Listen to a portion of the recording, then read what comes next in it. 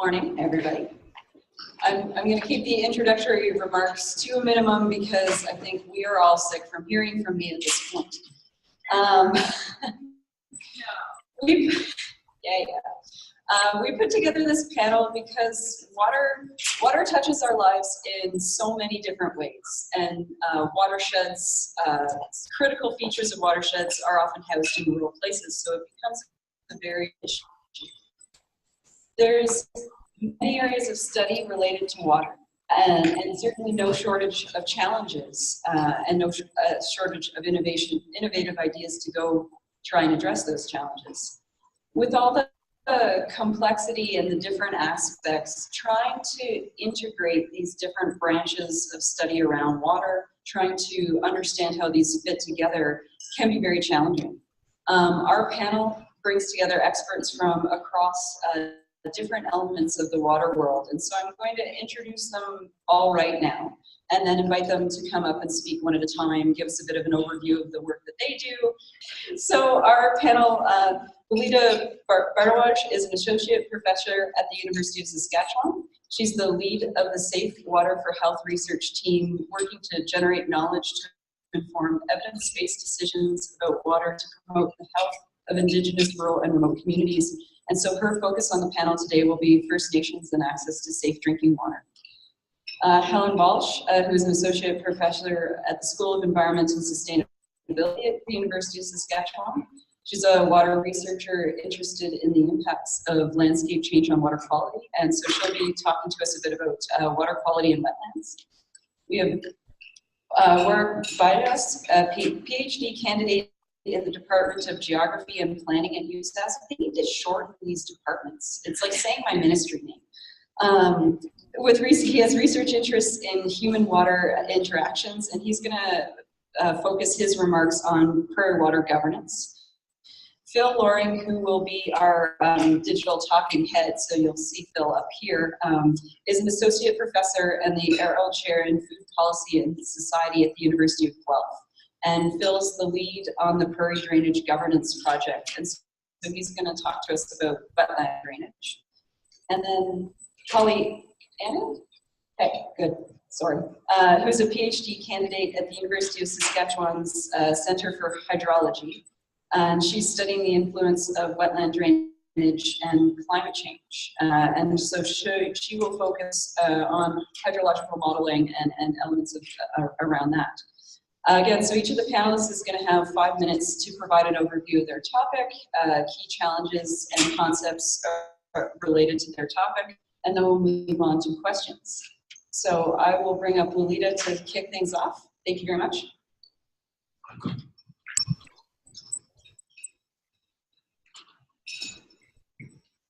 Thank you.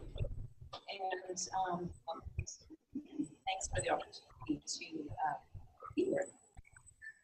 So we have 5 minutes, so I'm going to take my time.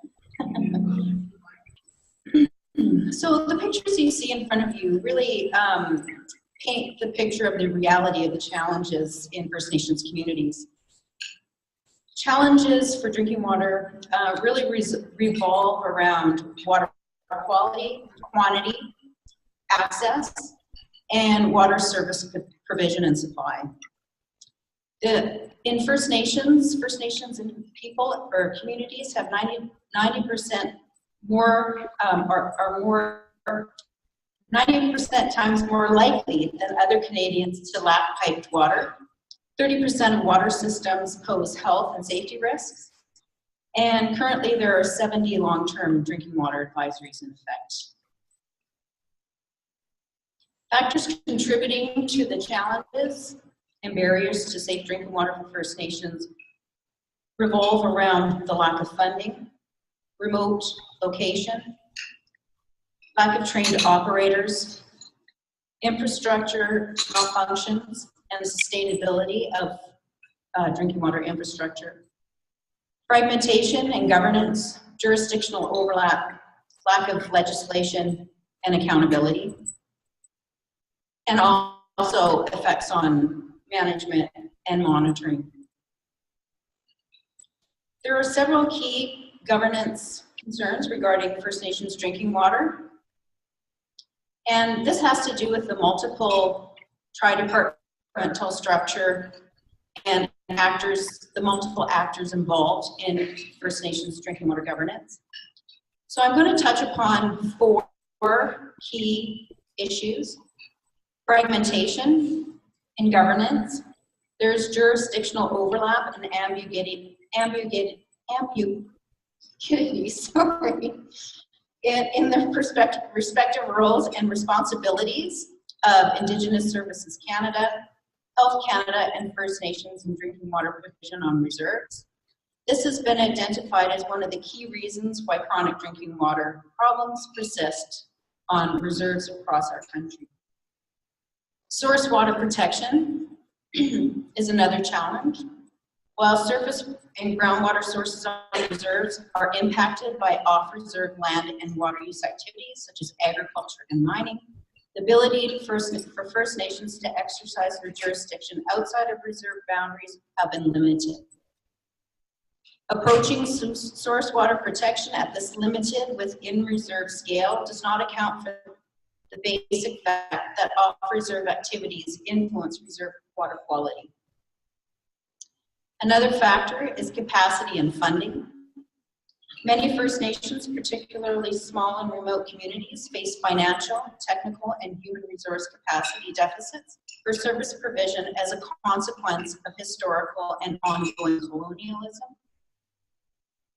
As an expert panel on safe drinking water related in 2006, the federal government has never provided enough funding to First Nations to ensure the quantity and quality of their water systems to be comparable to that of off-reserve communities. The last and 4th element that I'll touch on is First Nations jurisdiction and authority. First Nations have not been adequately consulted and involved in decision-making around drinking water legislation and regulation. Decisions about source water protection and planning, for example, for off-reserve activities that impact reserve water quality are often at the municipal and provincial level, and there is very little meaningful engagement with First Nations communities.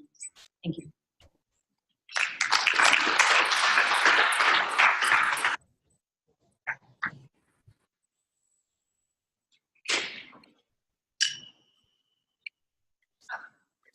All right, I'm going to switch to mostly talking about biophysical aspects of water quality. Starting with that big question, is Canada water secure? Because I was raised believing we were a water-rich country, and certainly I think everyone in the room can look to those questions and know it's certainly not that simple. My area of expertise really lies around the issue of nutrient pollution, and in the prairies, it's a variety of factors that are driving that.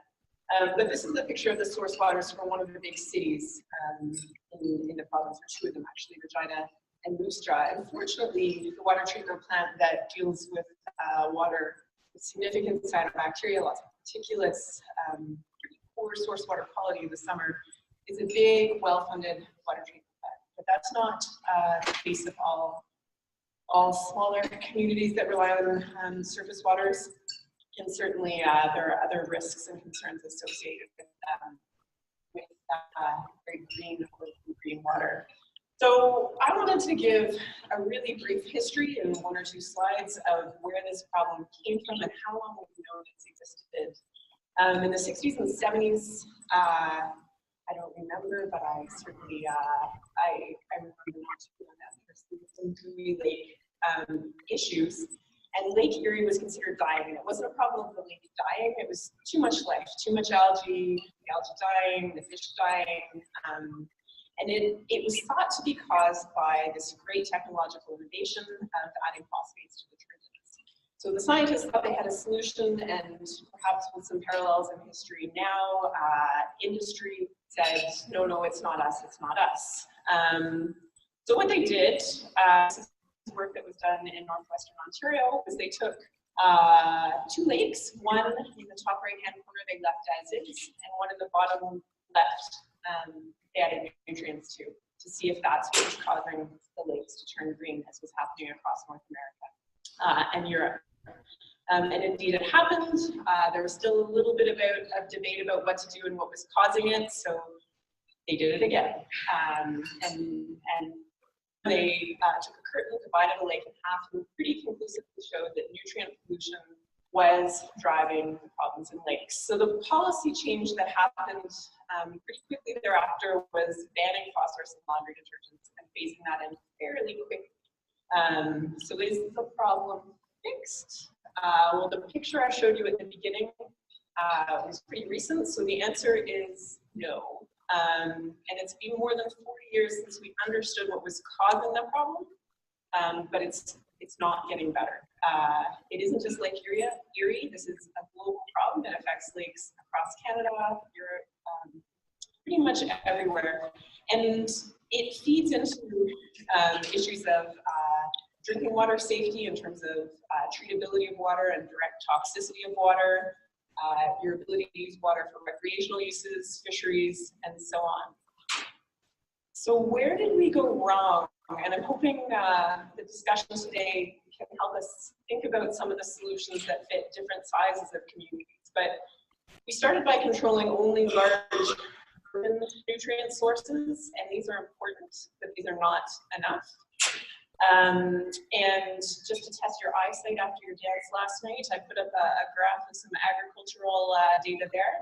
If you can see the purple lines, you have remarkably good eyesight. That is the amount of phosphorus coming off fields as compared to what goes in and what comes off in the crop. So farmers are managing nutrient budgets with very little runoff of phosphorus in some cases, and it's still too much with the downstream lakes because they respond to such tiny quantities of the nutrients. And the last point, and I think Holly will speak to it a bit more later, but drainage of wetlands is contributing, particularly in wet periods like we're in right now.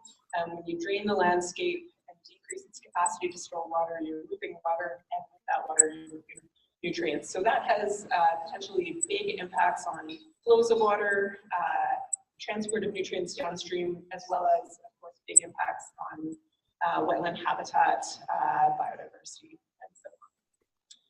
So these problems have gotten ahead of us, they've gotten ahead of us, and it will take decades or longer to solve, and that's a really interesting piece to put on the table as we start to talk about policy, is investing in solutions that I may not be here to see the benefits of. We need to look at communicating risk, particularly in less used lakes and in rural areas. People are aware of risks in some ways, perhaps to livestock, but not aware of risks to human health. And we need to think about building resilient infrastructure, because the infrastructure we're building now needs to last for 30 or 40 years, and these problems may get worse before they get better. And the last point is a really challenging one, and that's working towards mitigation options that work in working landscapes. So how do we maintain agricultural productivity, yet try to achieve the improved water quality? I'm going to start as a social scientist. I feel it's important that I lay out some definitions. So we're talking about water governance, so I'm going to be explicit and say that from my understanding of governance, I'm looking at processes and institutions that affect water, so the way these decisions are made. While modeling and infrastructure and staffing are important considerations when it comes to logistics of governance, they in and of themselves are not governance. So when I say processes and institutions, that opens up another set of questions. Well, what the hell is that? So institutions, we've got formal institutions, especially ones that are legislated. My work right now focuses on Manitoba, so we've got conservation districts, which are sort of these amalgamations of municipalities. Those are becoming watershed districts with boundaries that are becoming, realigning to sort of that geography, topography of watersheds.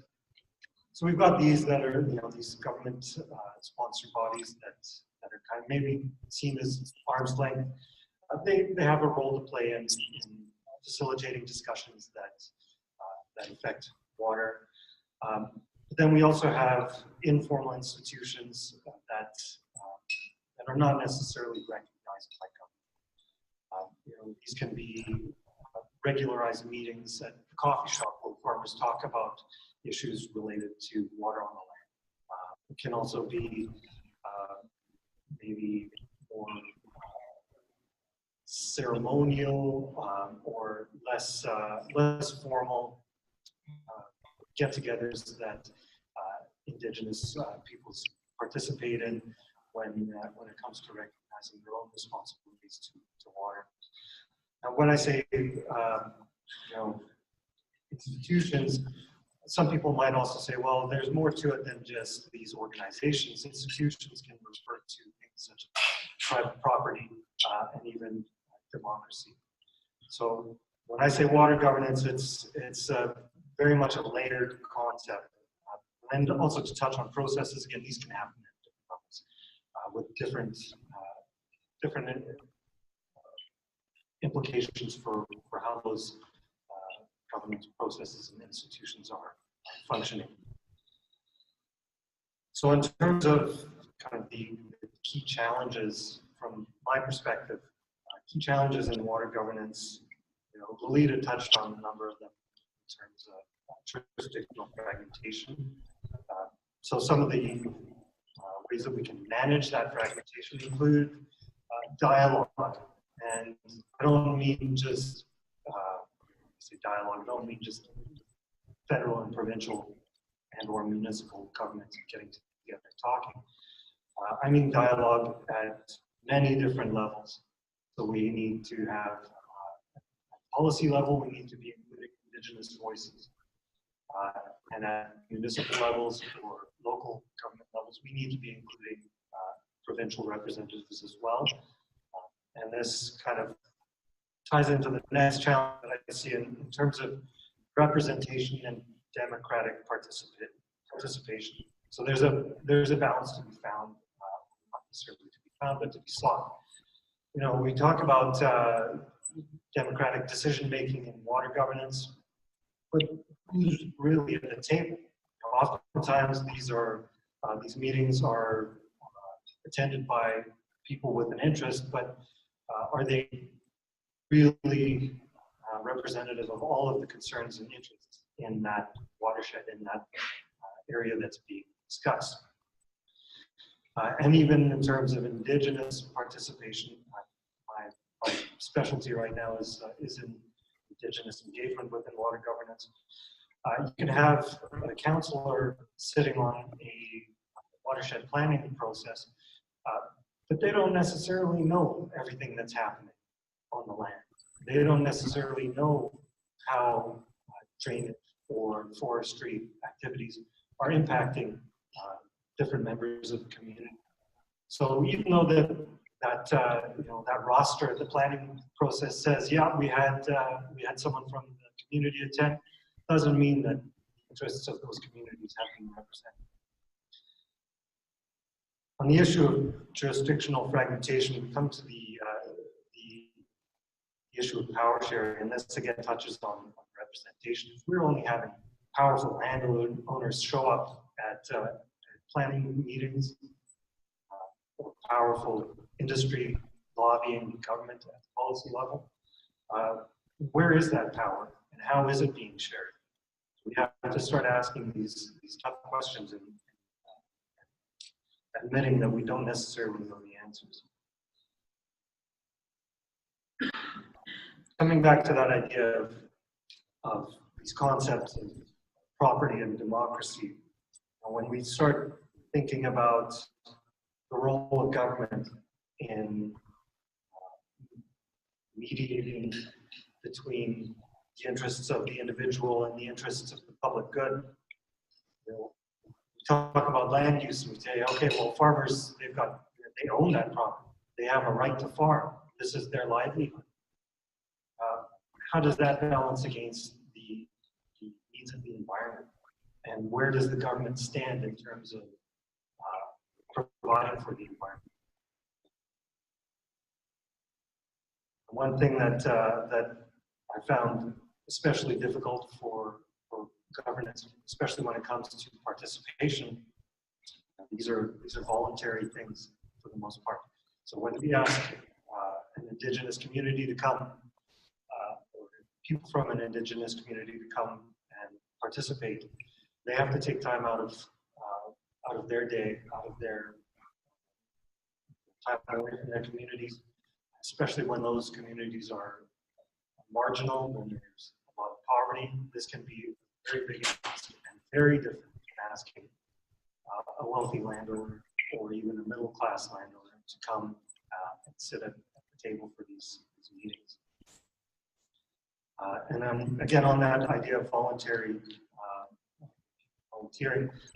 to change their land use practices. Again, what's the role of government in enforcing versus asking? So for me, these are some of the key challenges.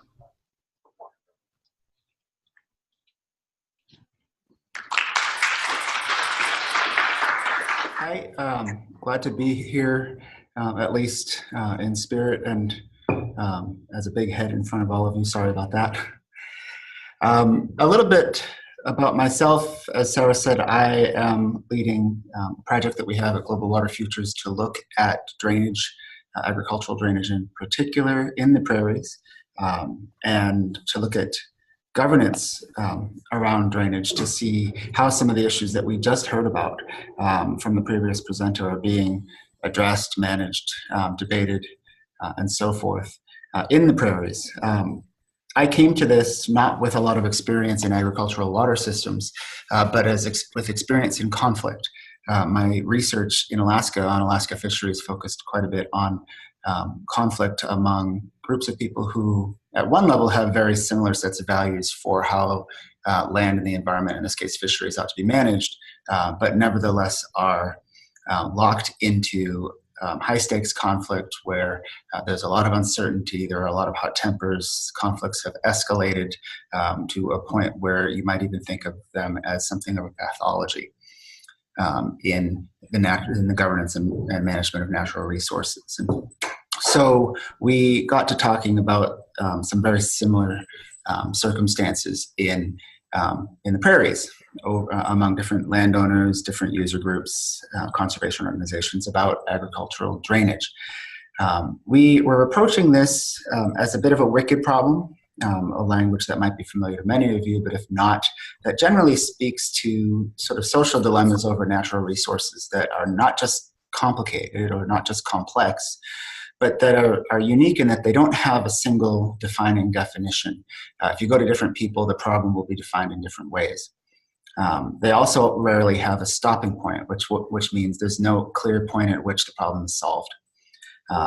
And related to that are situations where there's not just one right or wrong answer, or not just one right or wrong solution to these problems, but solutions that people will gauge as either being good, bad, better, or worse.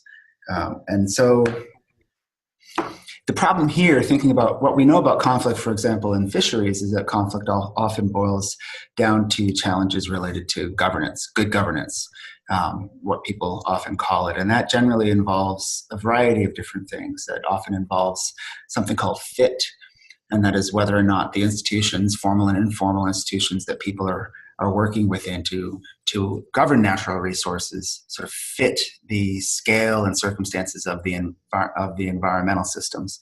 Are decisions being made at the same scale and at a speed fast enough to address and respond to environmental variability, for example? Good governance often also relies on equity to ensure that equity is being achieved through the governance actions. And what you see often in conflict is that conflicts begin to boil up when people feel as though their rights are not being protected in a fair and equitable manner compared to the rights of others on the land. And then there's also this question in governance about interplay. Are all the organizations that are involved connected appropriately, working together, sharing information, sharing decision-making authority in a way that makes the most sense? And in a case of drainage, this would include something like ensuring that the organizations and institutions surrounding permitting for drainage are also linked to decisions and information about water quality or about drinking water or about flood risk mitigation and so forth. And so then, finally, I'll just go one step further down into good governance and point out a couple of things that are on our mind regarding prairie water issues that are, acknowledging the implicit or explicit goals of governance. If it's going to be good governance, you have to attend to what the goals of that governance are. And generally, we think of that as being that governance, one, wants to ensure, enhance, protect, and promote the social value that's generated through the development of a resource, so people benefiting from it. Profitability is one way of thinking about it, but you could think about food security, you could think about environmental health, you could think about things like risk mitigation. The other thing that we generally like to think about with governance is whether or not that governance needs to attend to the public trust. And so that is, in addition to thinking about things like profitability, governance also is responsible for ensuring, some people would argue, environmental sustainability so that the social value can be sustainable. So there's an inherent responsibility in the governing organizations to be in control of, to some extent, or be responsible for ensuring public trust with the management of any resource. And then there's also what we're seeing in this case is you also see often, and possibly in this case, that the goals of governance may be liability. They may relate less to inward goals regarding people within the system, and more to outward goals, that is, people from, addressing relationships with people in other jurisdictions, whether that's province to province issues regarding drainage and flooding, or nation to nation issues regarding nutrients. And I'll stop there, just sort of a quick overview of some of the ideas that are within this research. I guess I'd say thanks to Phil for waking everybody up with that loud audio there. So my name's Helen, and I'm a PhD student at the University of Saskatchewan, and in my work I use modeling, which has come up a couple times today, to try to diagnose the influence of agricultural drainage or climate change on some of the things we're seeing with increased stream flows and runoff in the prairies. And so I have some examples from a specific watershed, but first I just wanted to describe for people in the room, this thing of hydrological modeling is really putting some computer equations, using a computer and putting in different processes that happen and ways that we calculate how water moves through the landscape. And so something that's unique, makes it a bit of a challenge here in Canada, is that we have this blowing snow thing that happens in the winter. And modeling isn't as difficult maybe in some places where the rain falls on a steep slope and it spreads down and we're good to go. There's a lot of components that happen here on the prairies, and one of the other things is we're doing this in an agricultural landscape on the prairies, and so there's grid roads everywhere, there's ditches, there's culverts. It's a really highly engineered system. So when this term modeling comes up, these things on the screen are kind of what we're thinking about. And some snow blowing around to different places. We have this really big spring runoff event, and then we have water kind of being stored in the landscape. So these are things that I think about every day, and how do we see what's changing on the landscape and be able to sort of separate out maybe how that climate is changing, or when the rainfall happens, what does that matter to how the water is infiltrating and contributing either to groundwater or into that spring runoff. So that's kind of how I spend my day. Every day is into the mathematics of how that works. And so this is a picture you guys have seen a couple times today, but this is kind of the typical agricultural drainage kind of big difference that you see in a really wet year on the agricultural landscape. The picture on your right is not very farmable. The picture on your left is going to dry up in probably 1 or 2 weeks earlier and allows farmers to get on the land more quickly, but also can lead to higher peak runoff in the spring, taking maybe some nutrients and things like that with it, causing erosion, those kinds of things. And so, and we're losing some of that storage capacity on the landscape for some ecological services as well. And so, I'm going to just talk quickly about a place called Smith Creek. It's where I've done some research, and this is a figure from Ducks Unlimited. And really the important thing here to see is over time there's more red in this picture. More red means more impact, more of those surface drains being installed, as we saw in the previous picture.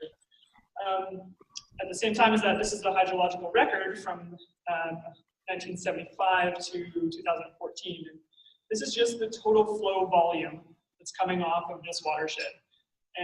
And the blue is the traditional snowmelt-driven runoff in the spring scenario. The red is a mixed scenario. So sometime in the spring, we see maybe a rain on snow or a mixture of those kind of happening over the course of a couple of days. And specifically in 2011, there was a very big rainfall event that happened on a big snowpack. All the water came down real fast. And we had this big, big peak in that year. And interestingly, then the green is a rainfall event. So what happened in 2014 on this picture is a huge summer rain came through at the end of June, and we got summer or spring runoff, summer runoff for the first time. And so my job now is to kind of look back through some of this data and try to figure out what component of this is due to the agricultural drains being installed, what component of this is that climate shift that we've never seen that much rain happen all at once before. And so to do that, I guess, so here's the question coming out of that. We know this little bit about drainage from a GIS perspective. We know this, we have some surveys of the amount of runoff coming off, but the Water Security Agency in Saskatchewan needs to know, what is the impact of this drainage? And so that's, I guess, reiterate again, where I try to come in and think, hey, maybe I can contribute to this problem a little bit. And so I do hydrological modeling. And so what I do there is try to break up the basin into different sub-basins, and then we'll kind of categorize the types of land use that are happening there and try to represent those with some mathematics and physical processes that happen in that physical hydrology. So one of the major challenges coming out of doing this type of modeling work is there's multiple sources of data, or there's also a huge lack of data. So I might have, there was a station in this basin that was measuring rainfall and snow and wind and radiation kind of put all in one place in the basin. And there's also records from a nearby Environment Canada station that might have slightly different records. So there's an enormous amount of uncertainty in trying to develop this model, that the model, because of all these sources of uncertainty, is not a truth about what is happening in these basins, but it might be, I try as a tool to try to, develop some understanding so that when we get into discussions about policy or is it drainage, is it, are we just going through a wet period and the drainage is a response, and how can we better manage that? I'm hoping to be able to use this computer modeling technique to kind of provide some information to that discussion, knowing that there's many, many uncertainties, as well as that wetland delineation component on an agricultural landscape. A farmer thinks of a wetland in a very different way than somebody from an ecological background. That's a nuisance to some people, and it's a very sacred place in others. So I think some of the things we touched on today were the really good aspects of opening up that discussion and being able to have that with all of the people in the community. And I'm hoping that doing some modeling and confessing the uncertainty of what's going on there can at least provide some information to that discussion. And yeah, so I'll be working in this field for many years to come, I'm sure, as the landscape evolves. Happy to be here to talk about those challenges.